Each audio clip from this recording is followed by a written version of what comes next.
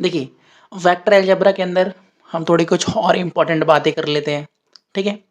तो स्टार्ट करते हैं। तो मैंने कहा इफ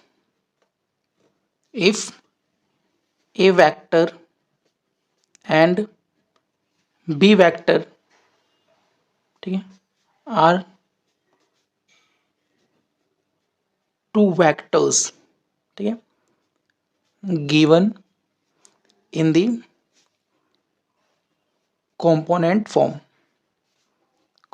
form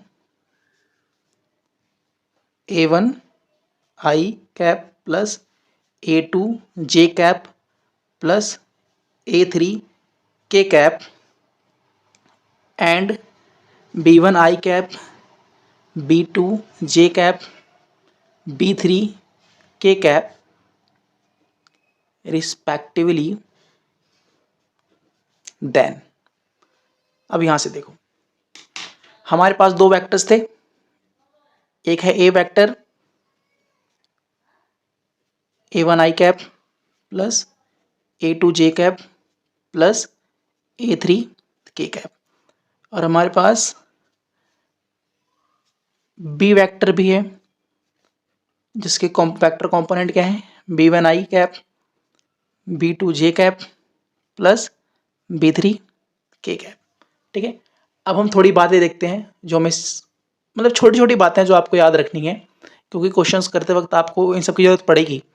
तो पहली बात तो ये याद रखनी है कि अगर the sum of the vectors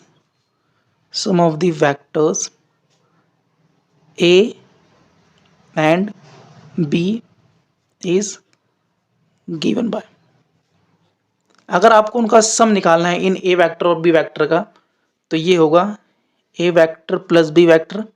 आपको सिंपली क्या करना है, दोनों वेक्टर्स के स्केलर कंपोनेंट को ऐड कर देना है, ठीक है। दोनों वेक्टर्स के स्केलर कंपोनेंट को ऐड कर देना है, लेकिन स्केलर कंपोनेंट का ऐड करने का मतलब ये नहीं है कि आप आई कंपोनेंट का जो स्केलर कंपोनेंट है उसको आप जे वाले के साथ ऐड कर रहे हो, नहीं। आई कंपोनेंट का जो स्केलर है, यही दोनों आपस में ऐड होंगे। तो ये हो जाएगा आपका a1 plus b1 I cap plus a2 plus b2 j cap plus a3 b3 k cap, ठीक है। ये दो वेक्टर्स का एडिशन हो गया। दूसरा, the difference of the vector a and b is given by, तो अगर आपको a vector minus b vector find करना है तो अगेन वही i कंपोनेंट के जो स्केलर हैं, i कंपोनेंट के जो स्केलर्स हैं उनका आपको डिफरेंस करना है। तो a1 minus b1 I plus a2 minus b2 j plus a3 minus b3 ठीक है, समझ में आया? ये हो गया। थर्ड, अब ये बहुत इंपॉर्टेंट बात है, कब दो वेक्टर्स इक्वल होंगे, ठीक है। तो फॉर एग्जाम्पल हमें लिख लेते हैं पहले, यदि vectors a and b are equal if and only if a1 is equal to b1, ठीक है, a2 is equal to b2 and a3 is equal to b3। तो ये दोनों वेक्टर्स इक्वल तभी होंगे जब a1 आपका b1 के बराबर हो जाए, a2 आपका b2 के बराबर हो जाए एंड a3 आपका b3 के बराबर हो जाए। अगेन भाई जो i कंपोनेंट है, जो i कंपोनेंट के जो कोफिशिएंट है या i कंपोनेंट के साथ जो स्केलर्स जुड़े हुए हैं, जैसे यहाँ पे i कंपोनेंट के साथ a1 है, यहाँ i कंपोनेंट के साथ b1 है, तो ये दोनों बराबर होने चाहिए। यहाँ j कंपोनेंट के साथ a2 है, यहाँ j कंपोनेंट के साथ b2 है, तो ये दोनों बराबर होने चाहिए।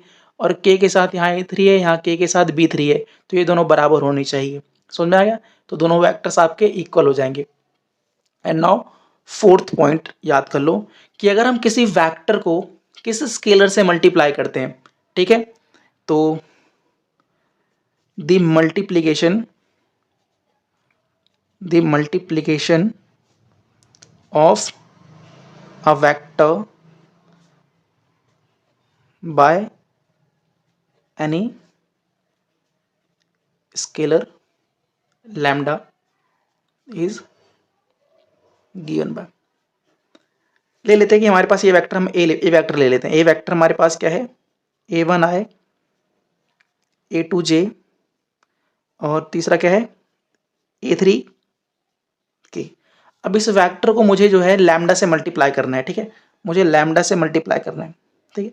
तो आप क्या करो, इस लैम्डा को इस वेक्टर के सभी स्केलर कंपोनेंट में मल्टीप्लाई कर दो, ठीक है। तो ये हो जाएगा lambda a1i lambda a2j plus lambda a3k।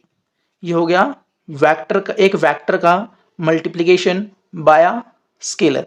कि अगर आप किसी वेक्टर में किसी स्केलर को मल्टीप्लाई करते हो तो आपको कुछ स्पेशल नहीं करना, उस वेक्टर के अंदर जो स्केलर कंपोनेंट होते हैं आपके, उसके अंदर बस उस लैम्डा को मल्टीप्लाई कर दो। समझ में आया? तो ये बातें आपको याद रखनी है, ठीक है। अब देखिए, अब ये भी कुछ इंपॉर्टेंट बातें हैं, थ्योरी रहने तो पढ़ने के लिए, मैं आपको समझाता हूँ क्या एक्चुअल मतलब है, ठीक है। हमारे पास दो वेक्टर्स हैं a एंड b, ठीक है, और हमारे पास दो स्केलर्स हैं k और m, ठीक है। स्केलर्स का मतलब जैसे 1 2 3 4 5 6 इस तरह के नंबर्स, कांस्टेंट नंबर्स जो होते हैं, मतलब वेक्टर के, जब आप वेक्टर की दुनिया में आ जाते हो ना, तो जो हमारे पास कांस्टेंट चीज़ें होती हैं उसको हम स्केलर बोलने लग जाते हैं। समझ में आया? तो देखो अब इंपॉर्टेंट बातें समझो। मान लो मैंने क्या किया, मैंने ए वेक्टर को पहले के से मल्टीप्लाई कर दिया। मैंने ए वेक्टर को किससे मल्टीप्लाई कर दिया? के से। फिर मैंने क्या किया, जब मैंने ए वेक्टर को के से मल्टीप्लाई कर दिया, इसके अंदर मैंने ऐड किया उस वेक्टर को जब मैंने ए के अंदर एम को मल्टीप्लाई कर दिया था। समझ में आया?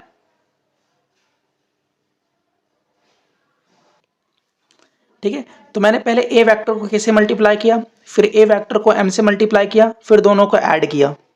कितना बोरिंग प्रोसेस है ना, मतलब पहले ए वेक्टर को आप के से मल्टीप्लाई कर रहे हो, फिर ए वेक्टर को आप एम से मल्टीप्लाई कर रहे हो।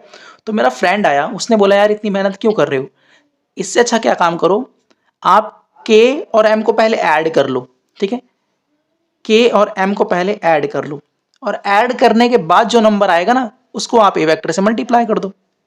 आसान। दूसरी बात देखो, अब मैंने क्या किया, पहले ए वेक्टर को मैंने एम से मल्टीप्लाई कर लिया, ए वेक्टर को मैंने एम से मल्टीप्लाई कर लिया, उसके बाद जो नया वेक्टर आया मेरा उसको मैं के से मल्टीप्लाई कर रहा हूं। तो अगेन मेरे फ्रेंड ने कहा भाई पहले ए वेक्टर को आप एम से मल्टीप्लाई करोगे, फिर जो नया वेक्टर आएगा उसको आप के से मल्टीप्लाई करोगे। इससे बढ़िया क्या है कि पहले आप के और एम को पहले मल्टीप्लाई कर लो, के और एम को पहले मल्टीप्लाई कर लो, और जो नंबर आपका आएगा ना के और एम को मल्टीप्लाई करने के बाद, उस नंबर से फिर आप ए वेक्टर को मल्टीप्लाई कर देना। मैंने बोला यार बहुत बढ़िया तरीका है।